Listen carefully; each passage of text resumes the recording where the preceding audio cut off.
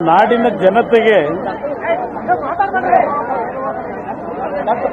ನಡೆದಾಡುವ ದೇವರು ಅಂತಕ್ಕಂಥ ಒಂದು ಭಾವನೆಗಳನ್ನ ಪ್ರತಿಯೊಬ್ಬರ ಹೃದಯದಲ್ಲಿ ಮೂಡಿಸಿದ್ದಂತ ಪರಮ ಪೂಜ್ಯ ಸಿದ್ಧಗಂಗಾ ಶ್ರೀಗಳು ವೈದ್ಯರ ಒಂದು ಹಲವಾರು ರೀತಿಯ ಒಂದು ಉತ್ತಮವಾದಂಥ ಚಿಕಿತ್ಸೆಗಳು ಅತ್ಯಂತ ಉತ್ತಮವಾದಂಥ ರೀತಿಯಲ್ಲಿ ಕೊಟ್ಟಂತ ಒಂದು ಸನ್ನಿವೇಶದಲ್ಲೂ ಪರಮ ಪೂಜ್ಯರು ಹಲವಾರು ದಿನಗಳಿಂದ ಜವರಾಯನ ಜೊತೆಯಲ್ಲಿ ಯಾವೊಂದು ಹೋರಾಟವನ್ನು ಮಾಡ್ಕೊಂಡ್ಬಂದರು. ಒಂದು ಪವಾಡವನ್ನೇ ನಮ್ಮ ಮುಂದೆ ಏನಿವತ್ತು ನಿರ್ಮಿಸಿದ್ದಾರೆ. ಅವರ ಚಿಕಿತ್ಸೆಯನ್ನ ಮಾಡತಕ್ಕಂಥ ವೈದ್ಯರು ಈಗ ಅಧಿಕೃತವಾಗಿ ಪರಮ ಪೂಜ್ಯರು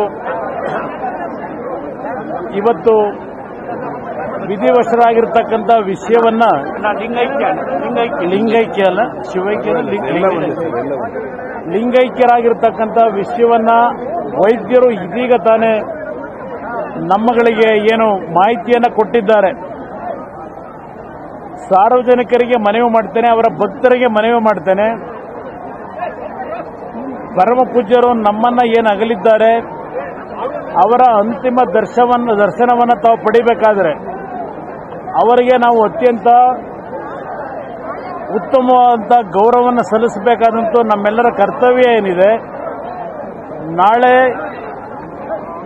ನಮ್ಮ ಸುತ್ತೂರು ಬುದ್ಧಿಯವರಿದ್ದಾರೆ ಮತ್ತು ಹಲವಾರು ಎಲ್ಲ ಕ್ಷೇತ್ರಗಳ ಮಠಾಧೀಶರುಗಳಿದ್ದಾರೆ. ಚುಂಚನಗಿರಿ ಸ್ವಾಮೀಜಿಯವರು ಏನು ಬಂದಿದ್ದಾರೆ, ನಮ್ಮ ಕಿರಿಯ ಸ್ವಾಮಿಗಳು ಅವರೆಲ್ಲ ಕೂತು ಚರ್ಚೆ ಮಾಡಿ, ಯಡಿಯೂರಪ್ಪನವರು ಇದ್ದಾರೆ, ಯಡಿಯೂರಪ್ಪನವರು ಬೆಳಗ್ಗೆಯಿಂದ ಇಲ್ಲೇ ಇದ್ದಾರೆ, ಸೋಮಣ್ಣ ಅವರು ಇದ್ದಾರೆ ಇಲ್ಲೇ, ನಮ್ಮ ಗೃಹ ಸಚಿವರು ಮತ್ತೆ ಪರಮೇಶ್ವರ್ ಅವರು ಮೊದಲಿಂದಲೂ ಈ ಒಂದು ಮಠದ ಭಕ್ತರೇನಿದ್ದಾರೆ ಅವರು ಇಲ್ಲೇನಿದ್ದಾರೆ. ಬೆಳಗ್ಗೆಯಿಂದ ಅವರೆಲ್ಲರ ಒಂದು ಚರ್ಚೆಯನ್ನು ಮಾಡಿದ ನಂತರ ನಾಳೆ ಮಧ್ಯಾಹ್ನ ಬಹುಶಃ 3 ಗಂಟೆಯವರೆಗೆ ನಾಳೆ ಮಧ್ಯಾಹ್ನ 3 ಗಂಟೆಯವರೆಗೆ ಅವರ ಒಂದು ಅಂತಿಮ ದರ್ಶನಕ್ಕೆ ಎಲ್ಲರಿಗೂ ಸರ್ಕಾರದ ವತಿಯಿಂದ ಇವತ್ತು ಮಠದ ವತಿಯಿಂದ ದರ್ಶನಕ್ಕೆ ಅವಕಾಶಗಳನ್ನು ಕಲ್ಪಿಸಿಕೊಟ್ಟಿದ್ದಾರೆ. ಎಲ್ಲರೂ ಶಾಂತ ರೀತಿಯಿಂದ ಅವರ ಅಂತಿಮ ದರ್ಶನವನ್ನು ಪಡೆಯಬೇಕು ಅಂತಕ್ಕಂಥದ್ದನ್ನ ನಾನು ಮನವಿ ಮಾಡ್ತೇನೆ. ಇವತ್ತು ನಮ್ಮ ಒಂದು ಮುಂದೆ ಹಲವಾರು ದಿನಗಳಿಂದ ಅವರ ಒಂದು ಮಾರ್ಗದರ್ಶನಗಳು ನಮಗೆ ಇನ್ನೂ ಹಲವಾರು ವರ್ಷಗಳ ಅವಶ್ಯಕತೆ ಇದೆ ಅಂತಕ್ಕಂಥದ್ದು ಎಲ್ಲರ ಅಭಿಪ್ರಾಯ. ಸಾರ್ವಜನಿಕವಾಗಿ ಇವತ್ತು ಒಂದು ಪವಾಡ ಪುರುಷರಾಗಿ ಬಹುಶಃ ಇವತ್ತಿನ ಈ ಕಲಿಯುಗದಲ್ಲಿ ಈ ರೀತಿಯೂ ಆಗಲಿಕ್ಕೆ ಸಾಧ್ಯ ಅಂತಕ್ಕಂಥ ಒಂದು ಪ್ರತಿಯೊಬ್ಬರು ಇವತ್ತು ಯೋಚನೆಯನ್ನು ಮಾಡ್ತಕ್ಕಂಥ ರೀತಿಯಲ್ಲಿ ದೈವಿ ಪುರುಷರಾಗಿ ಇವತ್ತು ನಮ್ಮ ಜೊತೆಯಲ್ಲಿದ್ದು ನಮ್ಮೆಲ್ಲರಿಗೆ ಮಾರ್ಗದರ್ಶನ ಕೊಟ್ಟಂತ ಶಿವಕುಮಾರ್ ಸ್ವಾಮೀಜಿಯವರು ಇವತ್ತು ಅಧಿಕೃತವಾಗಿ ವೈದ್ಯರ ಒಂದು ಮಾಹಿತಿಯನ್ನು ಕೊಟ್ಟಿದ್ದಾರೆ. ನಮ್ಮೆಲ್ಲರಿಗೆ ಅತ್ಯಂತ ಒಂದು ನಾಡಿಗೆ ಮತ್ತು ಧಾರ್ಮಿಕ ಕ್ಷೇತ್ರಕ್ಕೆ ಇದು ಬಹುಶಃ ಭರಿಸಲಾರದಂತ ಈ ಒಂದು ನಷ್ಟವನ್ನು ಭರಿಸಲಿಕ್ಕೆ ಯಾರಿಗೂ ಸಾಧ್ಯ ಇಲ್ಲ.